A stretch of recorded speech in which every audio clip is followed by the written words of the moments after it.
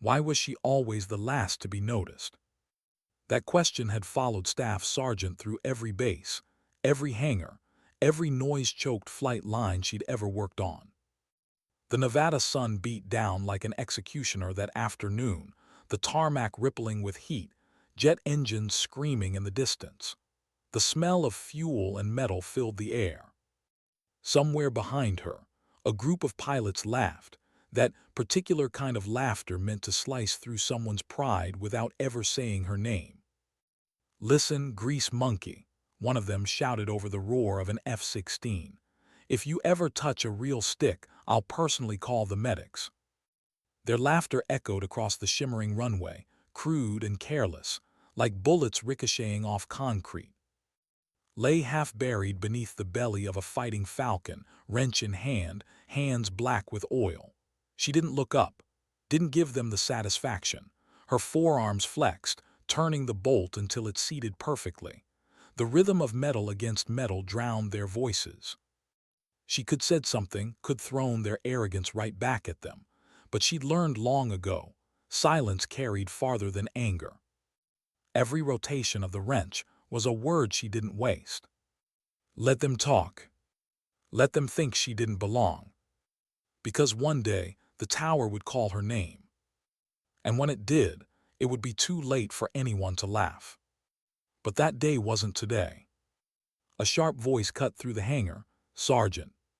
She slid out from beneath the jet, squinting into the sun. Colonel, tall, pressed, and carved from stone, strode toward her. His boots clicked like punctuation marks.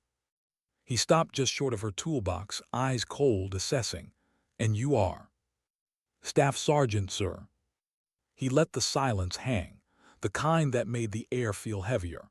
"Why is someone like you working on critical systems for an F-16? This isn't a motorcycle repair bay." The words landed soft but sharp, like a knife laid flat before the cut. Straightened. "I'm the lead technician on this airframe, sir. Post-flight check on the flap actuator system." The colonel's gaze drifted to her open toolbox. Something small and black caught his eye, a leather-bound notebook, corners frayed, pages smudged with graphite and sweat. He picked it up. "What's this?" "My flight log, sir. Civilian hours. I'm working towards certification." He flipped through the pages, scanning entries, dawn flights, double shifts, scribbled notes about stall recovery drills. His brow hardened. Mechanics have no business pretending to be pilots. The logbook closed with a sharp snap. "This stays with me." And just like that, her dream, all the proof she'd been building, disappeared under his arm as he walked away. She didn't move, didn't breathe, just stood in the oily shadow of the F-16 until the sun slipped lower, until the laughter from the hangar started again. "Mechanics don't fly. Stay in your lane." The echo lived somewhere deep inside her ribcage, right next to the quiet flame that refused to die. By the end of that week, the base had turned against her in small, invisible ways. A wrench missing here. A report that vanished from the maintenance system. A water bottle filled with grit. Every act said the same thing without needing words: "You don't belong here." But she refused to break. Arrived before dawn, long before the pilots, when the desert was still cold and the floodlights carved long, lonely shadows across the flight line. She'd stand at the perimeter fence, hands deep in her pockets, eyes fixed on the row of jets. Sleek, perfect, lethal. She loved them the way some people loved prayers, not for what they promised, but for what they demanded. Inside Hangar 6 she worked in silence, metal, grease, heat. She knew every line of the Falcon's body, the way its skin creaked under stress, the smell of hydraulics when they ran hot, the faint hum of power lines under load. The aircraft spoke to her in sounds others ignored. And it was during one of those mornings that she heard it, a sound that didn't belong. A metallic clack, faint but wrong. Her head lifted immediately. Outside, a young pilot, Martinez, maybe 25, moved briskly through his pre-flight checklist. He was too confident, too casual, flipping through pages faster than his eyes could follow. When he reached the wing root, she saw it. The actuator assembly half exposed, one access plate still unsecured from the previous inspection. Her gut tightened. He reached out, tested the flap mechanism with one gloved hand, too hard, too fast. That clack again. She froze. She'd heard that sound before years ago during certification, when a fatigued actuator failed under stress. It wasn't loud, but once you heard it, you never forgot. She dropped the rag from her hand and moved. "Captain," she called out, voice steady but urgent, "hold up." He turned, surprised. "I need to take another look at that actuator. Something's off." Martinez frowned, irritation flashing across his face. "It's fine, Sergeant. I followed procedure." "I heard it pop under load. That's not normal." "With respect," he said, "you're not cleared to reinspect my bird." The air thickened between them. His voice lowered. "If that part fails mid-flight, you won't get to worry about your launch window." Before he could reply, another shadow joined them, Colonel, as if summoned by friction. "What's going on here?" His tone already carried accusation. "Nothing, sir," Martinez answered quickly. "Just about to taxi." Tried once more. "Sir, there's a fault in the flap actuator. I just need clearance to—" "Staff Sergeant," snapped, hand cutting through the air. "Return to your post, now." Her jaw locked, she saluted. "Yes, sir." From the doorway of Hangar 6, she watched as Fighting Falcon 415 rolled out. The sun hit its canopy like a mirror.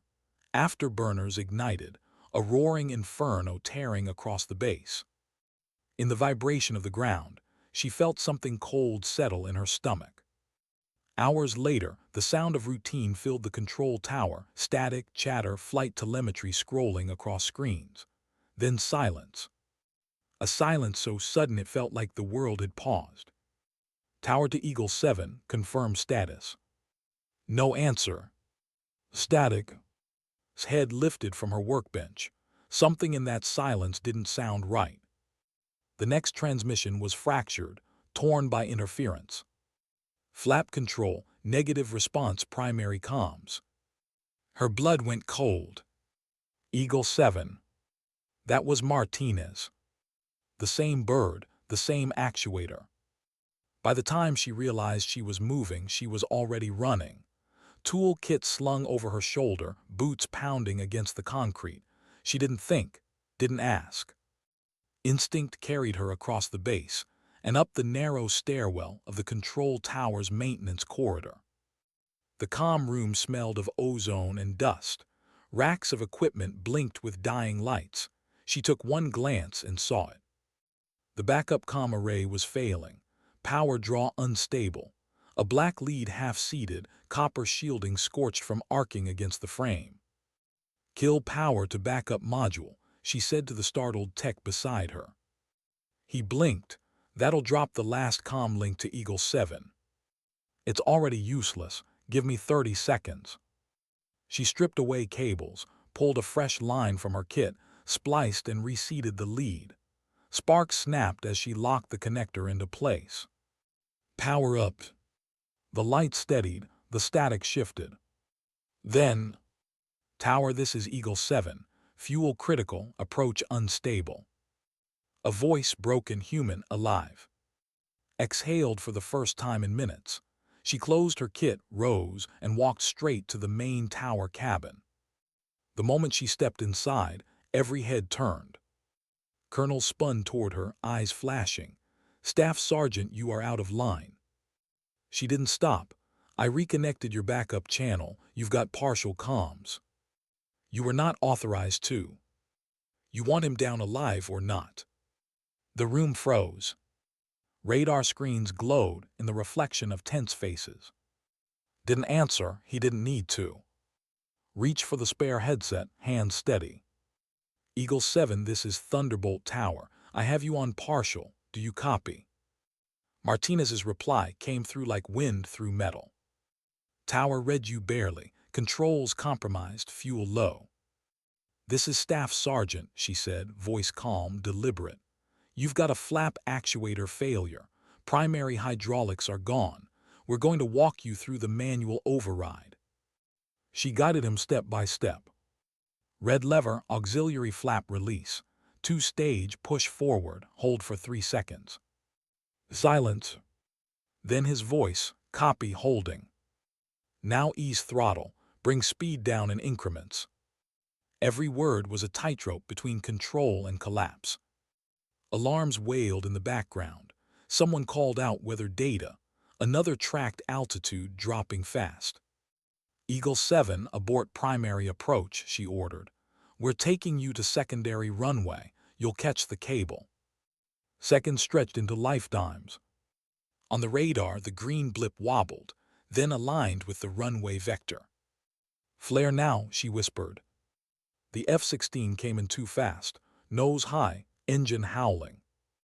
Then a whip-crack sound. The tail hook caught. Momentum tore against the cable, jerking the jet to a violent stop. "Tower," the radio crackled. "Eagle 7 down safe." For a moment the room was silent. Then applause broke out, a wave of it raw, spontaneous, disbelieving. Set the headset down gently, the sound fading behind her as she turned toward the stairwell. No words, no victory pose, just the quiet satisfaction of something done right, something earned.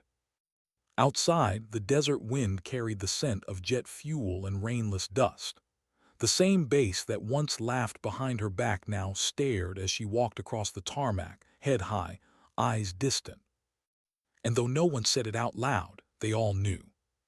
The voice that saved Eagle 7 wasn't from the tower. It came from the shadows beneath the wing of a machine she'd always believed in. Why was the room suddenly quiet when she entered? Noticed it immediately, that uneasy silence that follows a storm. The debriefing chamber smelled faintly of coffee, metal, and tension. Screens flickered along the walls, showing flight telemetry from Eagle 7's failed sortie. Rows of uniformed personnel sat rigid, eyes forward. At the center stood Captain Martinez. His flight suit still bore the burn marks of the emergency landing. He looked up when she appeared in the doorway. Everyone did. The colonel who had once confiscated her logbook gave a short nod, the kind that acknowledged necessity, not respect. "Sergeant," he said, "take a seat." She didn't move. "I'll stand, sir." The colonel gestured to Martinez. "You may proceed." The young pilot cleared his throat, his voice raw but steady. Eagle 7 went up for a routine training cycle. Midway through, I lost primary flap control and comms. At first I thought it was interference, but the jet started yawing, hydraulics gone, fuel bleeding fast. He paused, the silence in the room thickened. I was ready to eject. Then, his voice faltered for a second, his eyes finding in the back. Then someone came on the comm line, Staff Sergeant. She knew the aircraft systems better than I did. Walked me through a manual override I'd never even practiced. "I'm standing here because of it." The words landed like a detonation, wrapped in gratitude. He reached into his breast pocket, pulled out a folded document, and placed it on the table. "I've submitted a formal recommendation for the Air Force Commendation Medal for Sergeant, and for her immediate entry into officer training." The room murmured, quiet disbelief mixed with reluctant respect. His expression didn't change. He simply looked at. "Staff Sergeant, report to my office at 1800 hours." By evening, the desert base had quieted. The tarmac shimmered with the last heat of the day, and hangar lights burned low. Stood outside's office, cap in hand, the sky above her streaked with red and violet. When she entered, the colonel was seated behind his desk, reading her service record. Her logbook, lay beside it. He didn't look up right away. "You've been stationed here 4 years. Prior postings, Edwards, mechanics excellent citations, but no flight credentials." "No opportunity, sir." He glanced up. "You had opportunity enough to risk unauthorized access to the tower." Yes, sir. And if you had failed, then Captain Martinez would be dead. He studied her face, no arrogance, no defiance, just fact. After a long pause, he closed the folder, picked up her logbook, and turned it in his hands. The leather had cracked more since the day he took it. He ran his thumb along the worn spine. "Staff Sergeant," he said finally, his tone stripped of rank and pretense, "I was wrong." The admission came out flat, almost reluctant. "My judgment was flawed. You'll report to the training office at 800 hours. Officer candidate intake." Her throat tightened, but she didn't smile, didn't breathe for a moment. "Yes, sir." He nodded once, then placed the logbook in her hands. "You'll need this." As she turned to leave, his voice stopped her. She turned back. "Whatever you do up there, make sure they never forget why you belong." The officer training compound was nothing like the hangar. It was sterile, stripped of comfort. Rows of prefab classrooms, flight simulators that rattled under heavy use, and a single control tower that looked more like a watchman's perch than a command center. Stood at the gate in a brand new flight suit that still felt foreign against her skin. The insignia on her chest read Officer Trainee. Around her, other candidates moved in small groups, tall, confident, loud. Most had come from flight academies or Air Force prep programs. When they glanced at her name tag, the look was always the same: curiosity first, then doubt. She'd seen that look before. The first drill began before sunrise. T-38 trainers lined the runway, gleaming white under the pale morning light. The instructors barked orders that echoed through the hangar walls. Her first flight was a takeoff in patterned circuit, routine by design. But halfway through the final turn, her instructor threw a curveball. "Engine failure. Respond." Her training brain kicked in. Throttle back, rudder compensate, trim for glide. Altitude dropping, 500 feet. The aircraft glided down in eerie silence. Hands moved like they were remembering something ancient. She flared the nose. The wheels kissed the runway in a clean, controlled landing. Her instructor said nothing, just scribbled a note on his pad. By the third week, her call sign began circulating among the trainees. The mechanic. Half respect, half mockery. But it didn't matter. Every repetition of it reminded her of where she came from, what she had built with her own hands. Flight training blurred into combat simulation. 4 aircraft formations slicing through desert sky. Live fire runs across the bombing range. Split-second maneuvers where every mistake left smoke on the horizon. During one exercise, the lead pilot took a simulated hit and dropped out. For a second, chaos filled the comm channel, overlapping voices, shouting at once. Instincts cut through the noise. She rolled into lead position without waiting for orders, lined up the target, released ordnance cleanly within the strike window. When they landed, the instructors said nothing, but their eyes told her what their words didn't. One evening, after flight debrief, she found herself alone in the hangar. The T-38 sat silent under maintenance lights, its reflection mirrored in the polished floor. She walked along its fuselage, fingertips tracing the metal skin. She still thought like a mechanic, listening for what machines didn't say. It wasn't arrogance. It was empathy, the kind that came from fixing what others only flew. She paused by the cockpit, her reflection faint in the canopy glass.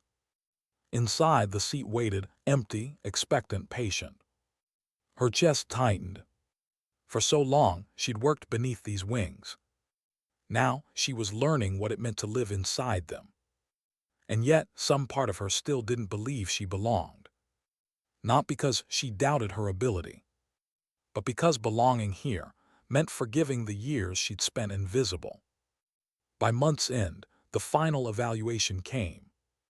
A modified test platform, unpredictable systems, faulty readings, designed to push even the best pilots past their limits. She was assigned to the last flight of the day. The sun was already sinking when her turn came. "Ready?" the ground crew chief asked.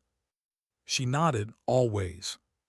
Takeoff was smooth, the climb steady, but halfway through, a warning light flashed: actuator signal loss. A familiar failure. Her heart pounded once, twice, then steadied. She ran diagnostics on instinct. The system flickered, struggling between active and standby. She adjusted inputs manually, redistributing pressure through auxiliary circuits. The signal stabilized. When she landed, the test crew was waiting. Their silence wasn't judgment this time, it was respect. The next morning, Colonel stood at the review table, a small insignia box in his hand. He opened it without ceremony, sliding it toward her. "Staff Sergeant," he said, the faintest hint of a smile tugging at his mouth, "welcome to the officer corps." She took the box quietly. Inside, silver bars gleamed under fluorescent light, not as decoration, but as proof of persistence. The ceremony that followed was short. On the flight line, beneath the roar of an F-35 climbing toward the sun, Captain Martinez pinned the new bars to her collar. "Lieutenant," he said with a grin, "you've got lead next month in the joint exercise. Don't make me regret it." Her answer came soft, almost playful. "Wouldn't dream of it, Captain." That night, walked alone to the edge of the runway. The desert stretched endless before her. The stars hung low, pulsing like signal lights in the dark. She thought of her first day, the laughter, the insults, the oil on her hands, the wrench turning under the belly of an aircraft that didn't yet know her name. Every small humiliation, every silence she'd filled with work, every night she'd spent fixing the dreams of others while burying her own. All of it had brought her here. She closed her eyes. The night air was cool now, carrying the distant rumble of another sortie lifting into the sky. She listened, not to the sound itself but to what it meant. Movement, persistence, flight. When she opened her eyes, she could almost see the runway lights stretching into infinity, a path built from everything she'd refused to surrender. Tomorrow she would lead. Tomorrow they would call her by a name they once mocked, Eagle 7. And this time no one would laugh. Why did command feel lonelier than exile? Hadn't expected that. The silver bars on her collar caught the morning light, bright and cold, like two tiny mirrors reflecting a sky she'd once only watched from below. Now she stood in that same sky's chain of command, and somehow it felt heavier than any wrench she'd ever held. "Lieutenant," the adjutant called out, "briefing in 5. The operations tent buzzed with noise, radios, printers, the restless energy of people who hadn't slept properly in days. They were prepping for Sandstorm Falcon, a joint live exercise with 2 allied units, involving both U.S. and international pilots. Her assignment was simple on paper: lead a 4-ship formation through high-speed target simulation runs in contested airspace.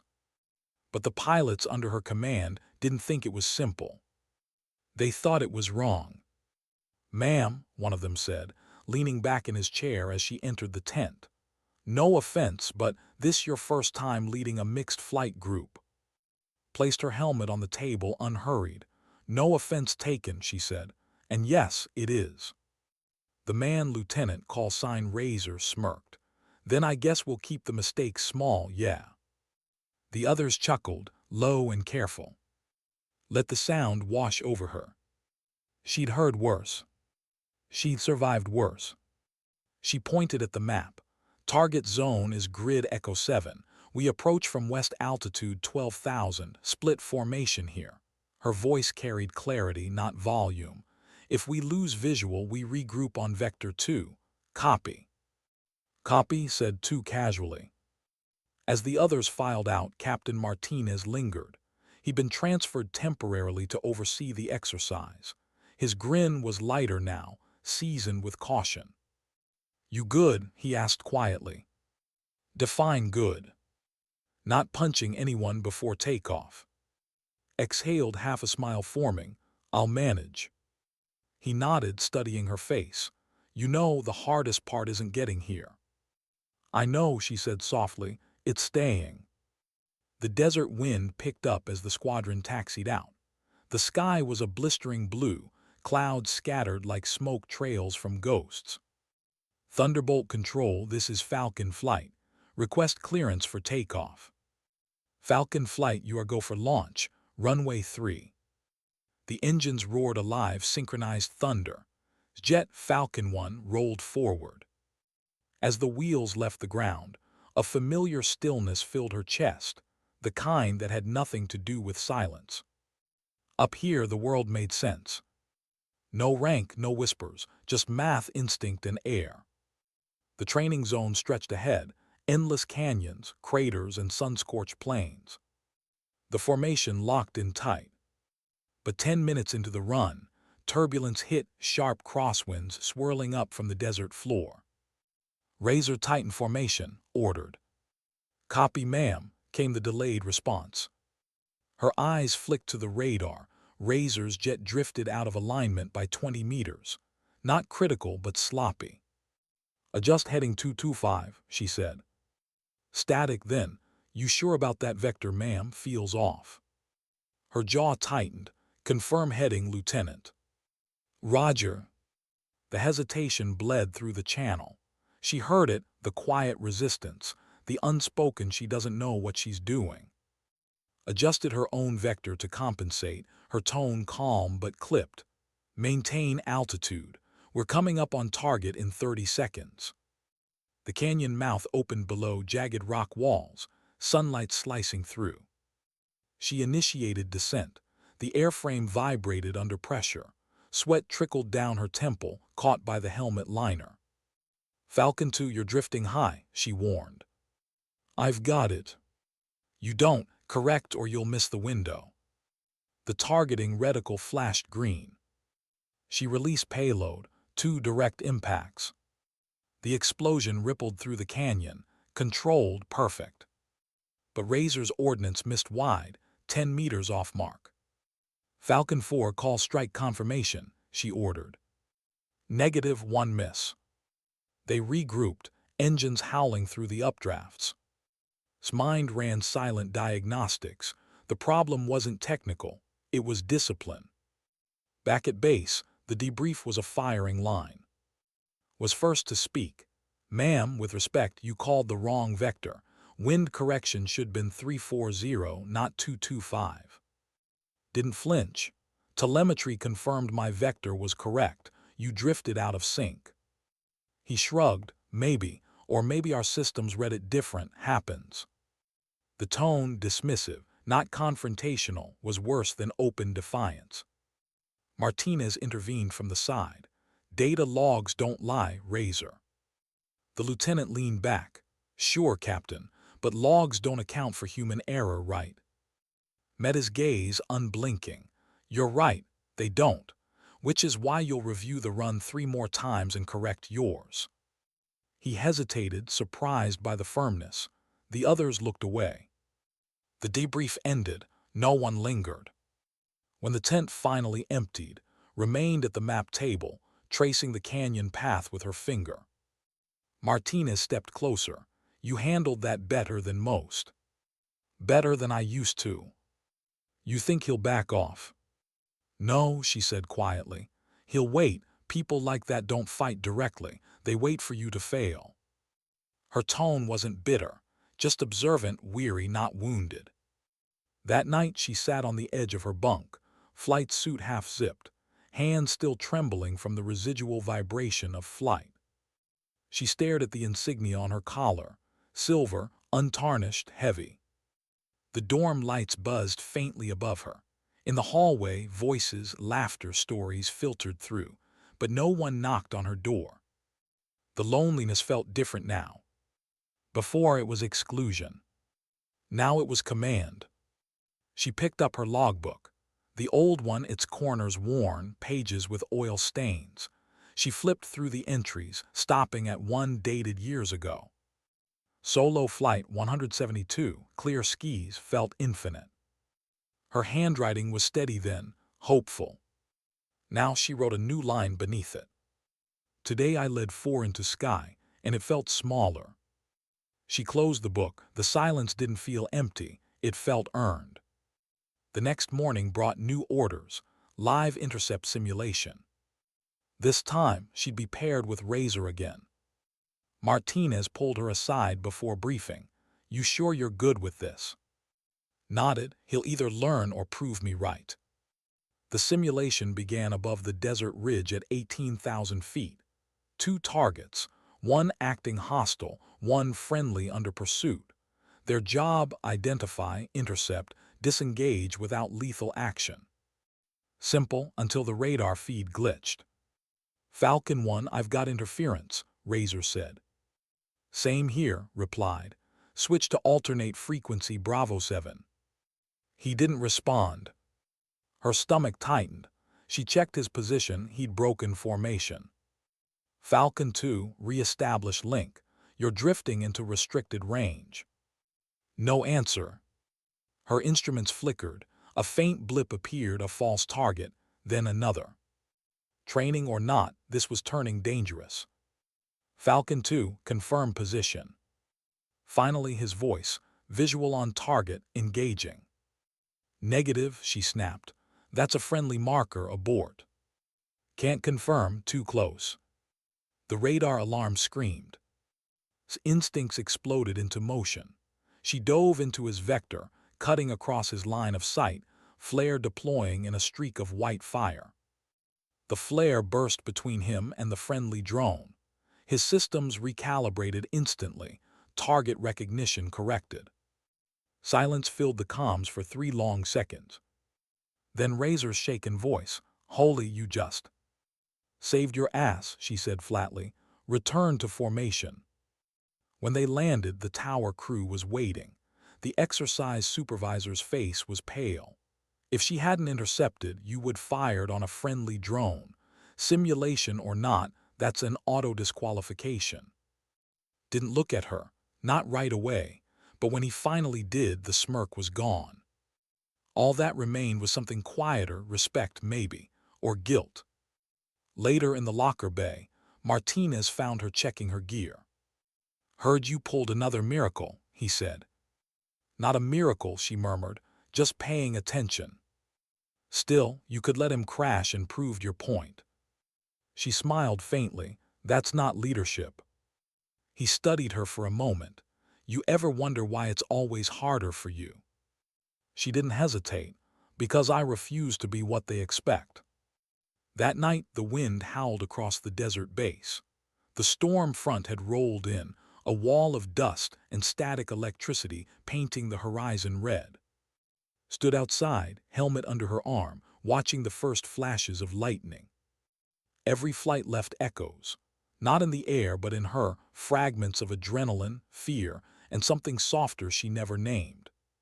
She thought about what once said, "Make sure they never forget why you belong." She whispered it now, barely audible beneath the wind. "I don't belong because they said I could. I belong because I never stopped showing up."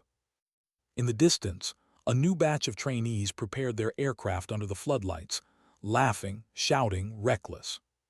For a moment she saw herself years ago, crawling beneath a jet, covered in oil, invisible. Then lightning cracked open the sky, and the reflection of her officer bars flashed back. She wasn't invisible anymore. But the fight, the quiet kind, was far from over. Why did the air feel different today? Something in the wind carried weight, that still, heavy kind that settles right before everything changes. Lieutenant stood beside her F-16, helmet tucked under her arm, listening to the low whine of turbines coming online. Around her, the base was alive, crews shouting over radios, the rhythmic clang of tools, the smell of fuel thick enough to taste. To anyone else, it was just another joint exercise, but to something felt off. The schedule was too sudden, the orders too vague. She scanned the horizon. Beyond the perimeter fence, the Nevada desert stretched endless and empty, except it was. She could see faint trails of dust far out in the distance, moving against the wind. Convoys, not theirs. A ground crewman ran past. "Ma'am, towers calling all flights for immediate brief." Inside the ops tent, tension buzzed like static. Colonel stood at the front, maps spread across the table. Martinez was there, along with Razor and two foreign liaisons from the Allied contingent. Took a seat, glancing at the screens behind him. Live satellite feeds, movement indicators, and a cluster of red markers circling a zone marked Echo Delta 12. His jaw was set. "All right, listen up. Exercise parameters have changed. We're standing in for a live response intercept. A convoy of unregistered aircraft entered restricted training airspace. We're to identify Shadow and, if necessary, engage." Murmurs rippled across the tent. This wasn't training anymore.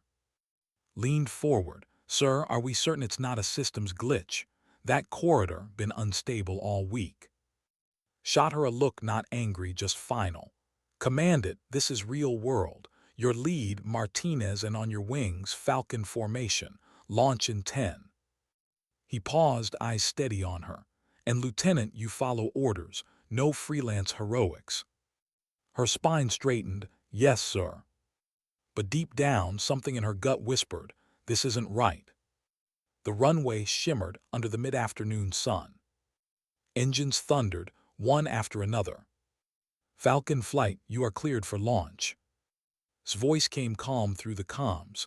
"Copy that tower, Falcon 1 rolling." The nose lifted, wheels broke contact. For a heartbeat, gravity hesitated, then released.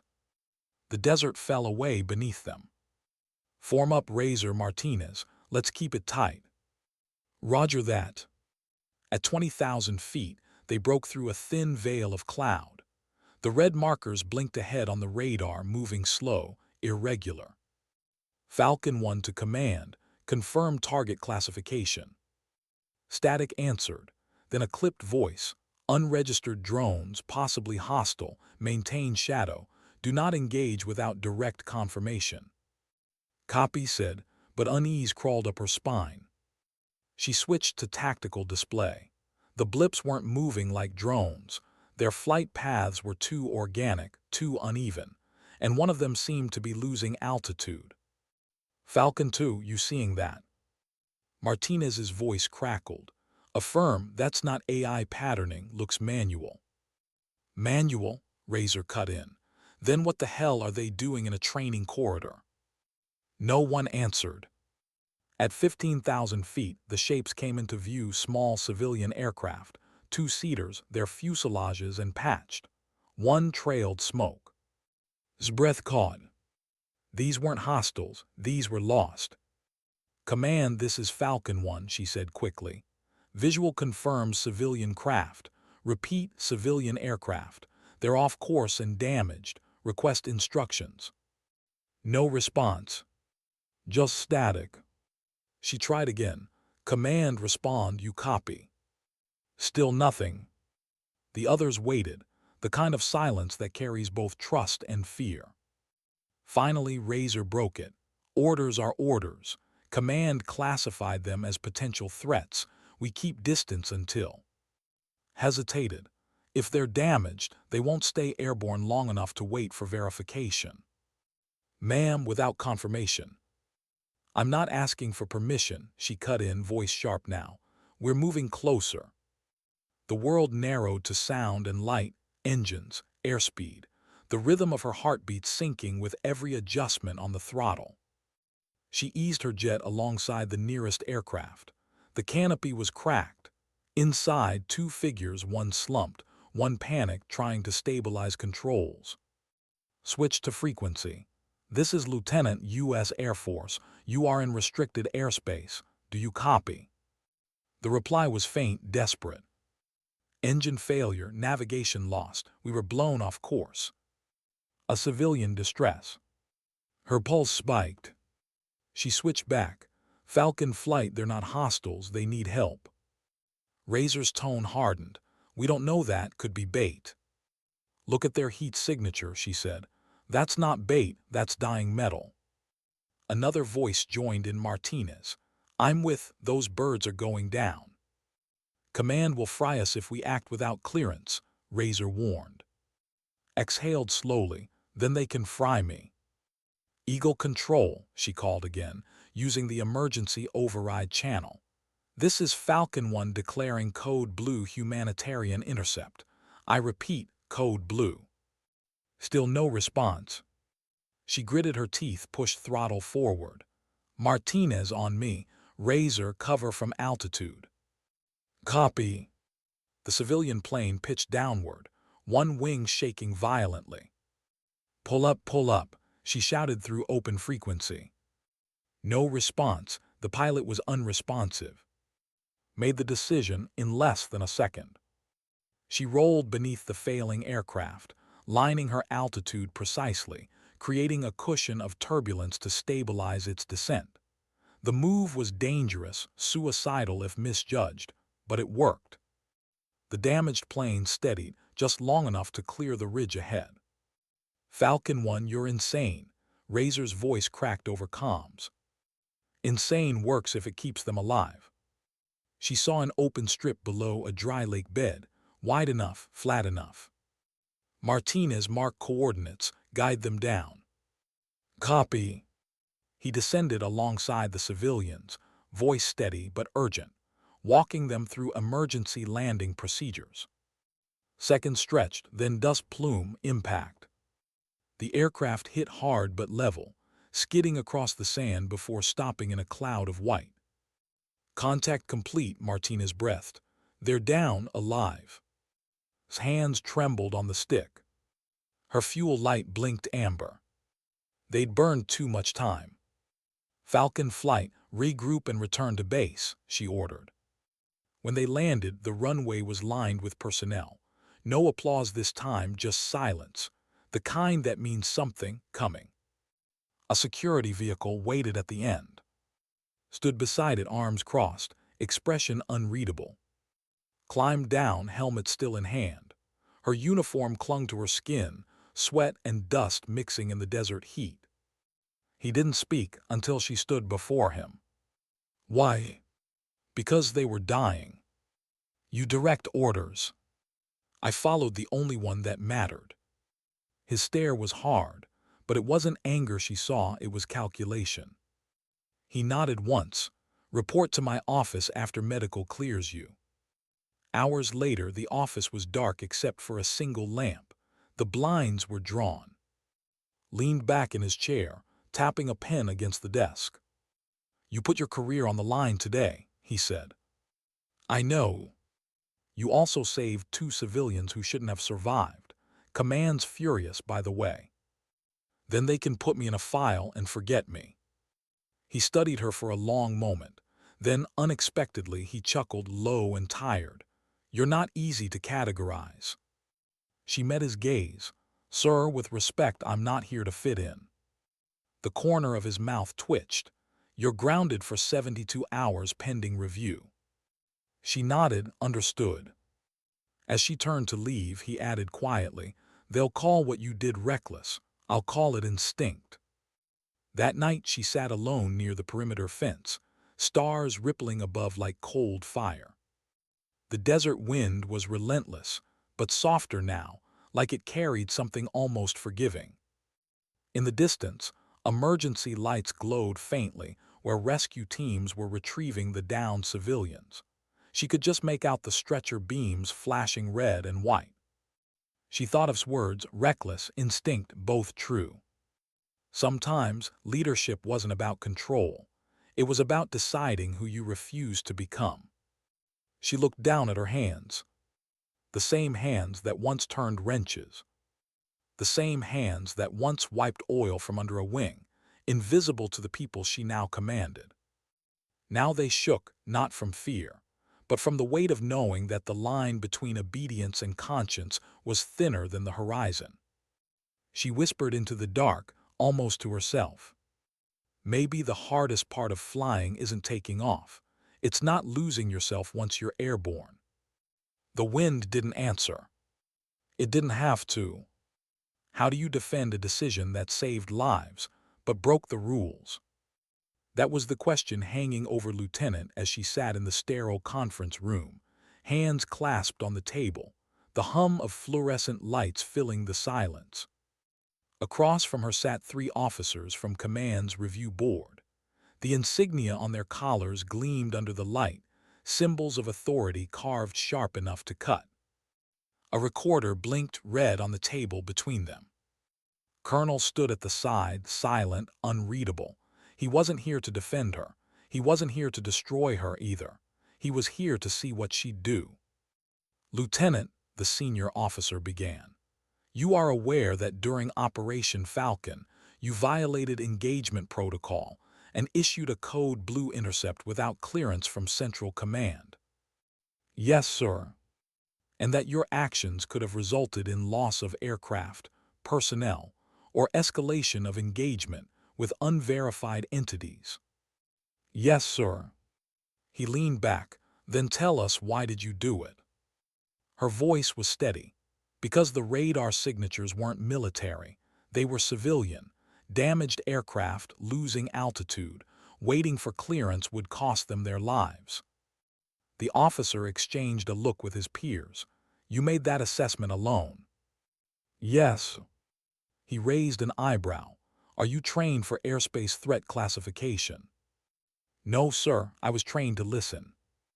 That answer made them pause. Continued quietly, "I've spent years under these wings. I can tell the difference between a hostile lock and a dying engine, between aggression and panic." The second officer scribbled something on his pad. "That may be so, Lieutenant, but our system depends on structure, orders, discipline. You chose emotion over command." She met his eyes. "I chose judgment over hesitation." The room went still. Evan's expression faltered, just slightly, like a man hearing truth he couldn't publicly admit. The senior officer cleared his throat. "Noted. You'll remain grounded until further notice. Command will deliberate and inform you of its decision within 72 hours. Dismissed." Rose saluted and walked out. Outside, the Nevada heat hit her like a wave. The airfield shimmered in the distance, a mirage of silver and smoke. She walked toward Hangar 6, her shadow stretching long across the tarmac. The same hangar where it had all begun. The same smell of oil, metal, and jet fuel. The crew chief on duty looked up. "Ma'am, they said you're grounded." "Doesn't mean I can't work," she said, pulling on her gloves. The man hesitated. "Permission to speak freely." "Always." "They said you saved those civilians. Whole command's talking about it. Some say you'll get court-martialed. Others say you'll get promoted." Smiled faintly. "That's the Air Force for you. Sometimes those are the same thing." She crouched beside an open actuator housing, tools spread neatly beside her. The motion felt like coming home, a world of torque and calibration, of precision where morality wasn't debated. It was measured in millimeters. For 2 hours she lost herself in the rhythm. Wrench, tighten, check, repeat. Because down here, under the wings, the noise of politics couldn't reach her. That night she sat outside her quarters, the desert quiet except for distant generators. Stars shimmered like frost across a black sea. She opened her logbook, the one had once taken, and flipped to a fresh page. Her handwriting was slower now, steadier. "I broke a rule to save a life. Maybe both need saving sometimes." The words bled into the paper like confession. She heard footsteps. A familiar voice followed. "Can't sleep." She didn't turn, didn't try. Captain Martinez walked up, carrying 2 metal mugs of coffee. He handed her one. "You know, back when you fixed my actuator, I thought you were just stubborn. Turns out you're fearless." "I'm not fearless," she said. "Just tired of watching good people freeze because they're afraid of paperwork." He sat beside her, elbows on knees. "They're calling you reckless." "They're right." He laughed softly. "You know, most people would argue that." "I'm not most people." He studied her for a moment. the glow from the barracks lights soft on her face. What do you think they'll decide? Looked up at the stars. Doesn't matter. The system will do what it always does, protect itself first. He didn't answer, didn't need to. They both knew the truth of it. 3 days later, the summons came. The review board had reached its decision. Walked into the same conference room, uniform crisp, posture straight. This time the atmosphere was different. The senior officer's tone had softened, almost courteous. "Lieutenant," he began, "after extensive review, Command has concluded that while your actions deviated from standard protocol, your situational judgment prevented significant loss of civilian life." A pause. "In recognition of this, the disciplinary record will remain, but no further action will be taken. You are reinstated to active status effective immediately." Blinked once slowly. "Understood, sir." He continued, "However, Central Command has recommended reassignment to the Joint Response Program, high-risk, rapid response missions. Your initiative apparently impressed someone." Her brow furrowed. "Is that a promotion or exile?" He smiled faintly. "Depends on whether you come back." Later that evening, found her near the hangar. The sky was burning orange, the kind of desert dusk that makes metal glow like gold. He didn't waste time with small talk. "You're heading out in 48 hours. New base, new flight group." "Where?" "Classified. You'll know when your wheel's up." She nodded. "You were in on this reassignment, weren't you?" He looked at her, unblinking. "Let's just say Command wanted you off my base. I told them to send you somewhere that would break or shape you." She exhaled. "Why help me?" "Because I need to know what kind of officer I made." There was no pride in his voice, just quiet challenge. He handed her a sealed folder. "Inside are your transfer details and a new call sign." She frowned. "New?" He nodded once. "You've earned it." When he turned to leave, she opened the folder. Inside, a single slip of paper. Her new designation read, Eagle 7. She froze. The name that once mocked her, the joke that had followed her like a shadow, now printed in bold above her orders. For a moment the air felt weightless. His voice came from the doorway behind her. "They mocked it. You made it real." Departure morning. The transport strip buzzed with motion. Crews loading gear, mechanics shouting over engine noise. Stood by her duffel, watching the sunrise break over the desert ridge. Martinez jogged up, breath fogging in the cold dawn air. "Heard you're leaving." "Looks like it." "You don't even know where." "Not yet, but they called it Joint Response, which probably means somewhere bad." He grinned. "You'll make it better." She tilted her head. "You're not worried about me." "Of course I am. But if anyone can make Command regret sending her away, it's you."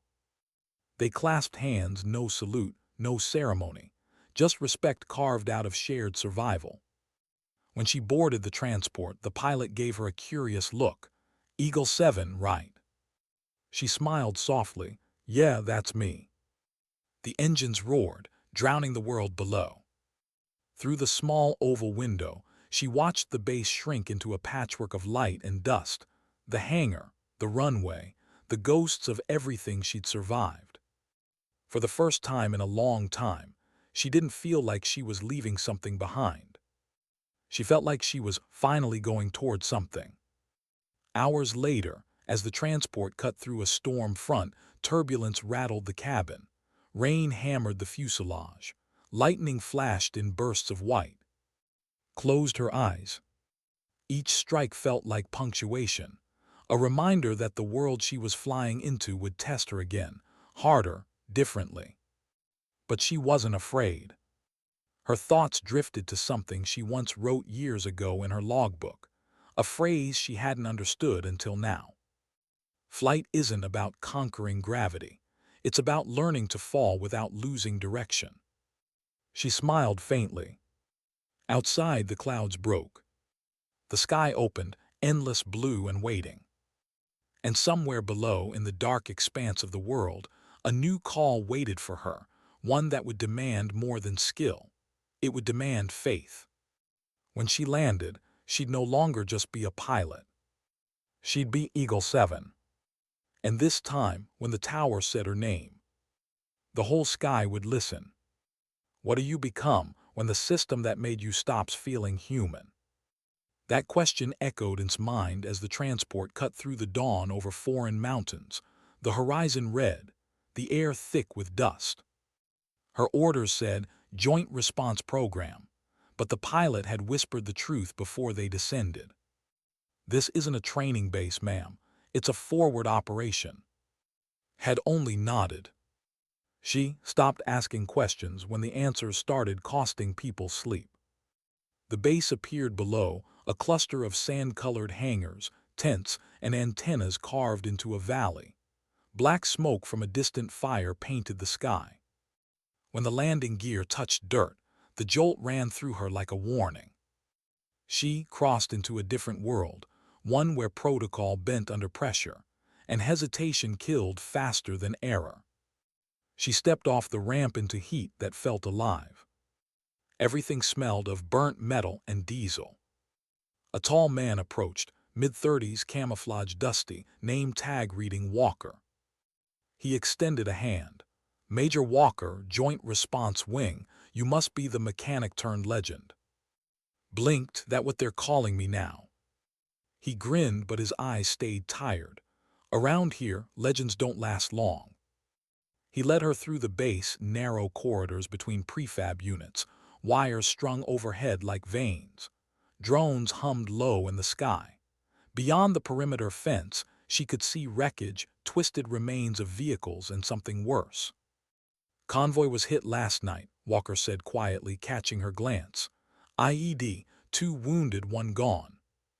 Didn't speak. She learned that silence was sometimes the only respectful answer. They reached a small hangar near the edge of the base.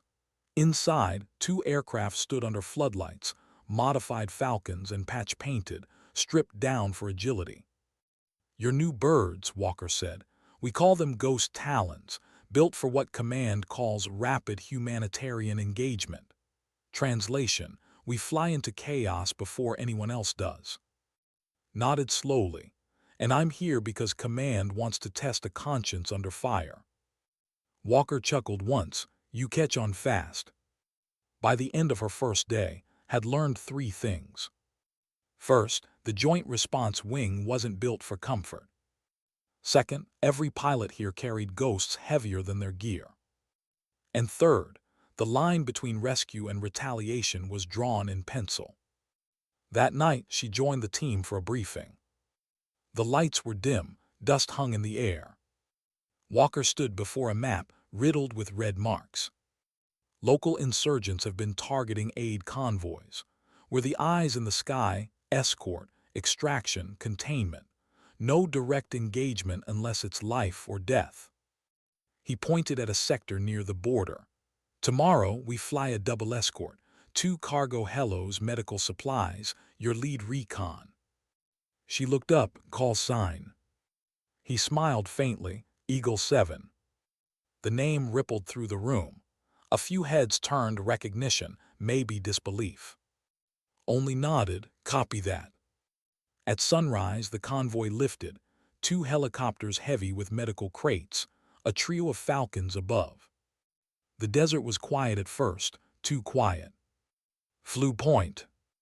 Eagle 7 to Convoy 1, maintain bearing 095, altitude steady. The comms crackled back, copy Eagle. For 30 minutes it was routine, endless sand, faint heat shimmer, the hum of systems steady. Then static. Then an explosion. Convoy 2 confirm. Static answered her. Then smoke. One of the helicopters below pitched sideways, trailing flame. The second banked hard, struggling to maintain lift. Mayday, mayday, we're hit, engine failure. Straining took over. Falcon 2, cover the wounded bird. Martinez, get me visuals on the crash site. Her old's voice came crisp through the comms. Copy. Visual on down hello, 5 clicks east. Walker, we need medevac now, she radioed command. Negative, came the reply. Hostiles in the area. You hold pattern until ground confirmation. Clenched her teeth. Sir, they won't have ground confirmation if we wait. Stand by, Eagle 7, that's an order. Her fingers tightened on the stick. Below, black smoke curled upward. 1 more minute, and the survivors would cook alive. She exhaled. Martinez on me. Copy. She banked hard, breaking formation. The G-force slammed her against the harness. Dust and flame filled her view. Eagle 7, what the hell are you doing? Walker's voice barked in her ear. Breaking orders again. She dove low, close enough to feel the heat of the wreck. The helicopter was down in a dry ravine, 1 rotor gone, side door twisted. Figures moved inside, waving. Visual on survivors. 2 conscious, 1 trapped, she called. Martinez hovered above, scanning. Hostiles closing from the west. Small arms fire. His heart kicked harder. She switched to loudspeaker. This is Eagle 7, stay low, we're covering you. She banked right, locking onto a ridge where muzzle flashes sparked. Martinez, mark coordinates, suppressive fire only. They released flare bursts, dazzling heat trails to draw enemy eyes off the wreck. The gunfire faltered. His voice cut through the static. Rescue team, go, you've got 30 seconds. A ground vehicle roared in from the east, medics sprinting through dust. The firefight that followed wasn't cinematic. It was messy, chaotic, and fast, the kind of violence that doesn't echo, it lingers. When the last shot faded, the medics were pulling the last survivor clear. The wreck collapsed behind them. Extraction complete, Martinez said. Exhaled, voice low, copy. Her radar pinged again, but this time it wasn't hostiles. It was Walker. Eagle 7 returned to base immediately. The debrief was quieter than the last one. No shouting, no anger, just silence that felt colder. Walker stood with arms folded. You a standby order, again. Nodded, I did.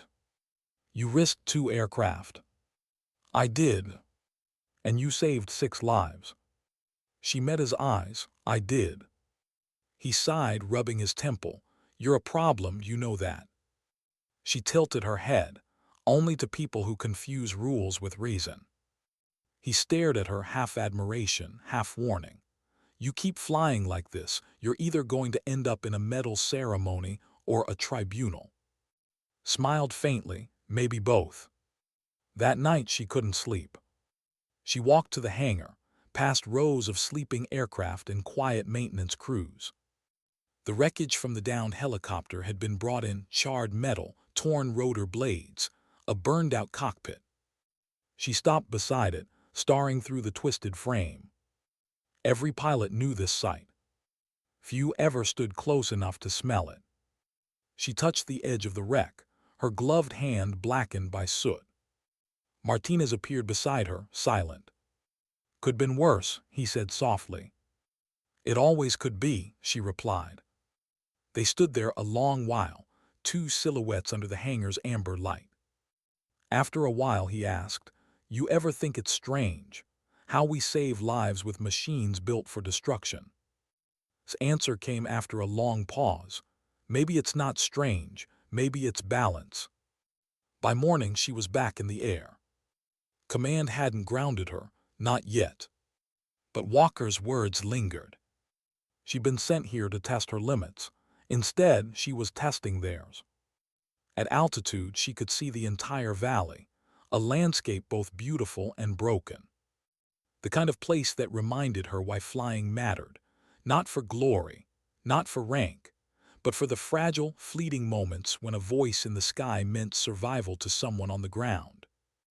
As the sun climbed, she whispered into the mic, voice barely audible over the engines. This is Eagle 7 holding at 20,000, sky clear, heart steady. She didn't expect a reply. But command came through, soft, crackling, human. Copy Eagle 7, Keep your wings steady." She smiled faintly. "Always do." The horizon spread before her, endless, shimmering, alive. Somewhere out there, more chaos waited, more decisions that no protocol could predict. But she'd learned something vital out here, something the manuals never said. Orders tell you what to do. Instinct tells you who you are. And Eagle 7 was done mistaking one for the other. How many lives can you save before you lose yourself? That question had no answer, only echoes. The desert was still asleep when the sirens began. Shot upright in her bunk, heartbeat already racing before her brain caught up. The base loudspeakers crackled, urgent, clipped. "All flight crews scramble. Repeat, all flight crews emergency intercept. Coordinates transmitting." She was halfway into her flight suit before the next sentence landed like a punch. "Ghost Talon unit standby. Casualty reports from aid convoy Bravo 7. Her gut turned cold. Bravo 7, the same route they'd cleared last week. The one she'd begged command to suspend after the last ambush. Within 5 minutes, the runway came alive, engines screaming, dust swirling like storm clouds. Walker stood by the tactical van, headset pressed tight, jaw clenched.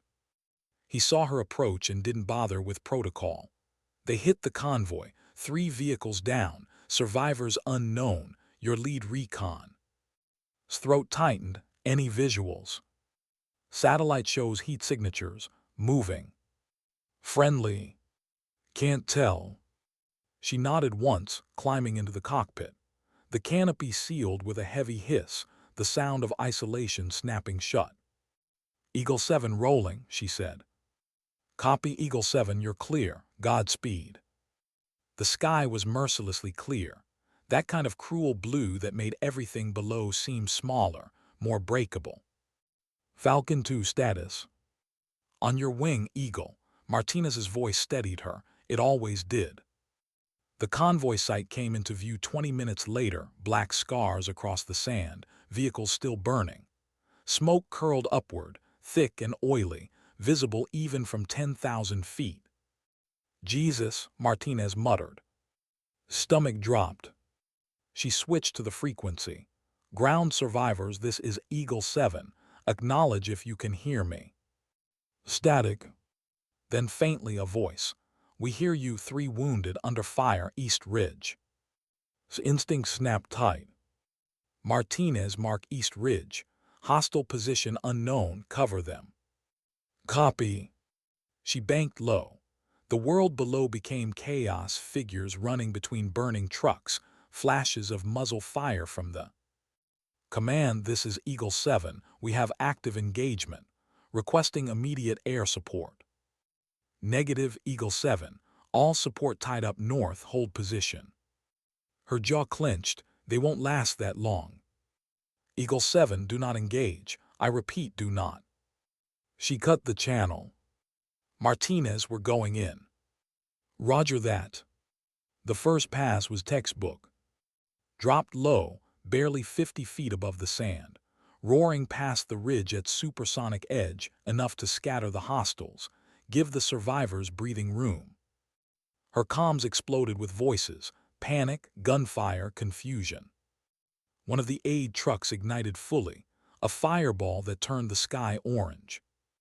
"Martinez, left flank." "I see them." He looped around, releasing a flare burst that blinded the ridge shooters. Eyes tracked the survivors, 2 dragging a wounded medic, 1 waving frantically for extraction. She'd been trained to hold distance. She didn't. "Eagle 7 to ground team, keep your heads down. I'm marking zone." "Copy, hurry." She circled again, voice calm even as her pulse thundered. "Martinez, smoke marker at my 10. Drop signal grenade." "Done." The flare burned crimson on the sand. Climbed, banked, ready for another pass. Then her radar screamed. "A lock."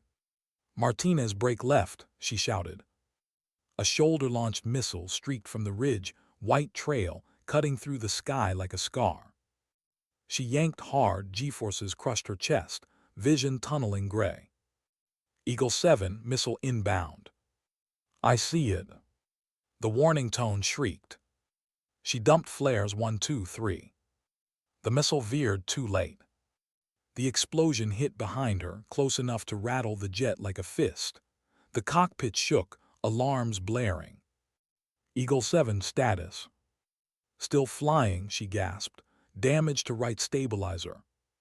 Her display flickered, systems glitching. She fought the controls. Martinez, you good? No answer. Martinez, respond.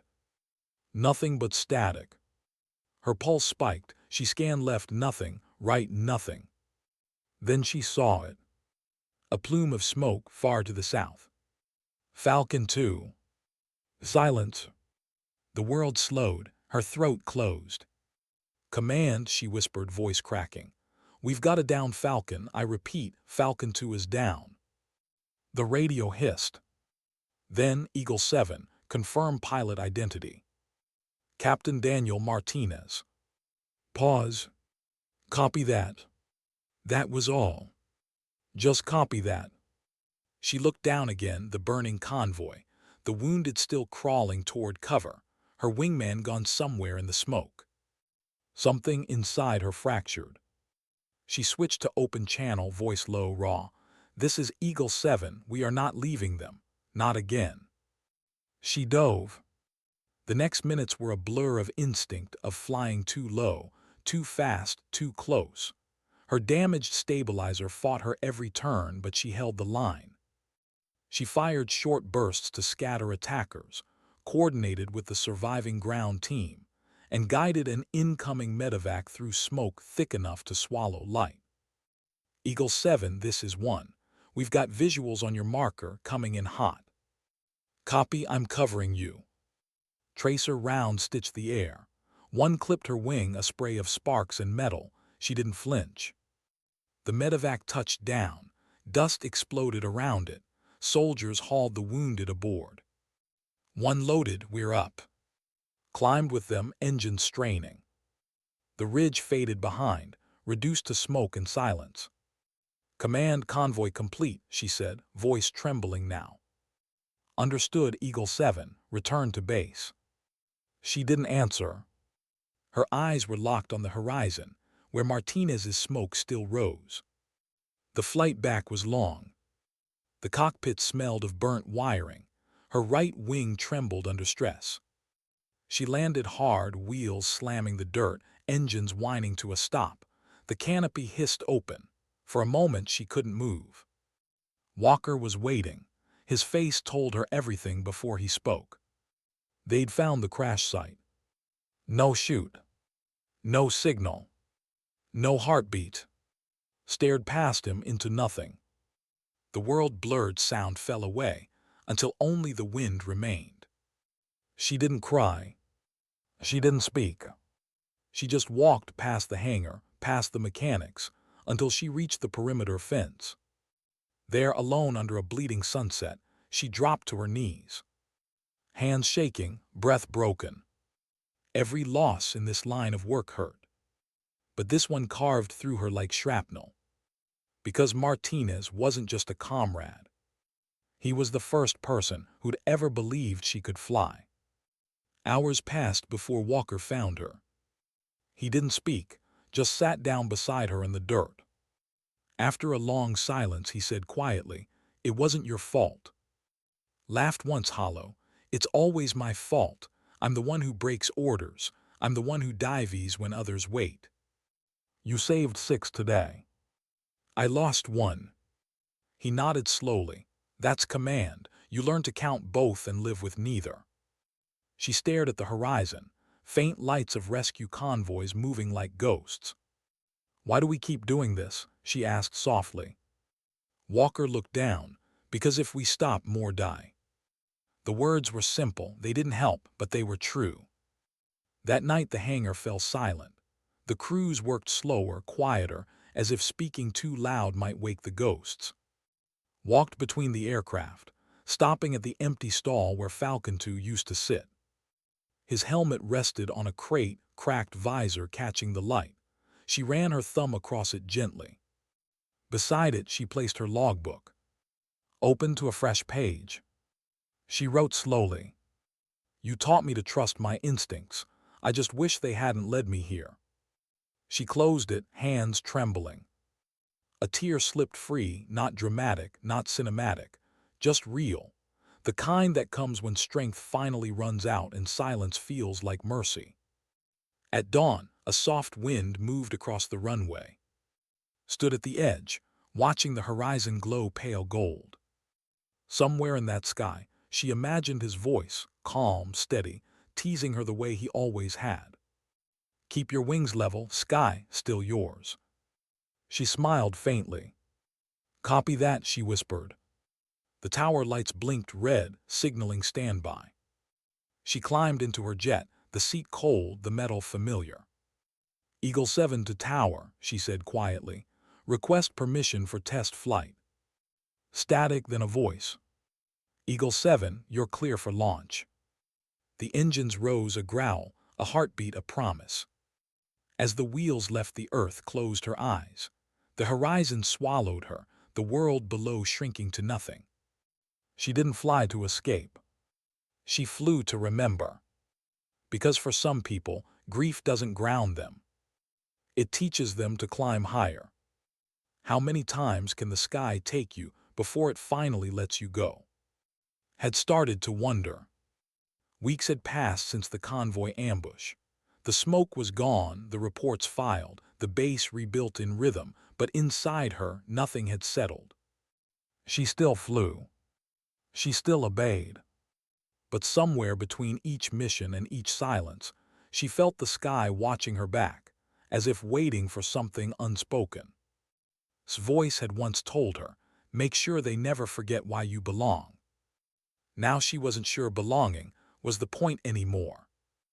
Maybe the real test was staying, even when everything inside you wanted to land and never leave the ground again. The call came just before dawn. Major Walker stood outside her quarters, eyes lined with fatigue. "Command wants one last recon before we rotate home. Satellites down. Weather's trash. You're the only pilot they trust in turbulence." She tied her hair back, sliding on her gloves. "Solo." He nodded. "Solo." "Coordinates." He handed her a tablet. "Storm front over Sector 9. If you find the missing drone, mark it and get the hell out." He hesitated. "You don't have to take this one." Zipped her flight suit. "Yes, I do." The sky was ash gray when she launched. Rain hammered the canopy, lightning painting the clouds in brief white flashes. "Eagle 7 tower," came the controller's voice. "Visibility minimal. You sure you're good?" "I'm good." "Copy, Godspeed." As she climbed, the base disappeared beneath the storm, just a pulse of light swallowed by cloud. Inside the cockpit, the world shrank to instruments and breath. The engine's hum became a heartbeat she could trust again. She whispered into the static, half prayer, half ritual. "Keep my wings level, keep my head clear, keep my promise." At 12,000 feet, lightning burst ahead like camera flashes. The radar flickered with false returns. "Come on," she muttered, adjusting the range. A faint ping appeared, the lost reconnaissance drone. Stationary, crashed maybe. She rolled toward it, slicing through rain thick enough to feel solid. Then the radio cracked open. "Eagle 7, be advised, storm intensifying. Abort if contact unstable." She smiled faintly. "Copy tower, I'll make it quick." The drone wreck appeared below. A dark scar in the mud, half buried, its beacon flashing a weak blue. Descended, hovering in the lower turbulence band to mark coordinates. Then she saw something the satellite never could. Movement. At first, just shapes, figures in ponchos clustered near the wreck. She zoomed in, not insurgents. Engineers, a rescue team. "Tower, I've got friendlies on site," she said. Static answered. She frowned. "Tower, do you copy?" "Nothing." The storm swallowed the signal. Below, one of the engineers looked up, waving both arms wildly.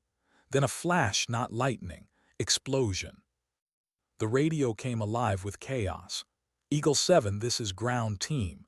Ambush, we're pinned, multiple casualties. His pulse spiked. Copy, hold position, I'm on you. She banked hard, engines screaming, diving through the downpour. Through the canopy, she saw muzzle flashes cutting the rain. The rescue team huddled near the wreck, pinned by gunfire from a ridge barely visible through fog. Tower, this is Eagle 7, ground team under attack. Request immediate. Static again. She switched frequencies, nothing. She was alone. There's a moment in every pilot's life when instinct stops asking permission. This was hers. She climbed to 5,000 feet, locked onto the ridge through infrared. Manual control, she whispered. Her fingers danced across switches. Targeting wasn't allowed under rescue protocols, but there were rules for war and there were rules for conscience, and they were never the same. She released 2 flare bursts, then banked low, engines slicing across the ridge in a sonic growl. The shockwave scattered the attackers, bought seconds. Ground team, move now, she shouted into the open frequency. I'll keep them blind. Her radar flashed missile launch. Eagle 7, break. A faint voice broke through the static. She pulled hard left. The missile streaked past, detonating in the clouds. The blast shook her bones. Eagle 7, this is Tower. You're off course, respond. I copy, Tower. Engaged in emergency support. Ground team compromised. Negative, you are not cleared. She cut him off. They won't make it without cover, I'm staying. Her aircraft trembled, alarms wailing. The right engine coughed, flame-out warning flashing red. She stabilized pitch, trimmed control. Not yet, she whispered. You hold together for me. Below, the ground team reached the wreck's far side, waving signal flares. Eagle 7, we're clear, pull back. Relief hit like oxygen. She climbed too fast, too steep. The damaged engine flared, then died. Tower, I've lost starboard engine. Hydraulic pressure dropping. Eagle 7, you are not stable. Prepare emergency vectors. Copy. Rain streaked across her canopy. Lightning danced on the wingtips. She leveled out, scanning for a flat patch through the storm. Nothing but rock and mud. Eagle 7, fuel low. Recommend ditch. Negative, I can make base. But she knew she couldn't. The cockpit lights dimmed. Warning tones bled together. Fuel, hydraulics, stabilizer. She took a breath. This wasn't fear. It was acceptance.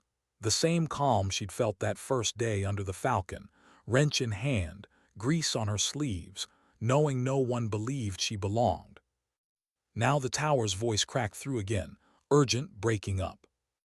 Eagle 7, you're go for emergency landing. Repeat, go for launch, vector home. That phrase, go for launch. The same words that had once mocked her, now the ones calling her home. She almost laughed. Copy that, Tower, she whispered, setting vector home. She banked toward the base, one engine dead, the other straining. Each mile felt borrowed. Every warning tone, another heartbeat counting down. As the runway lights came into view through sheets of rain, her voice steadied. Tower, this is Eagle 7, one engine out, fuel critical. Request clearance. Eagle 7, you are clear. Winds cross 15, we see you. Roger that. The descent was rough.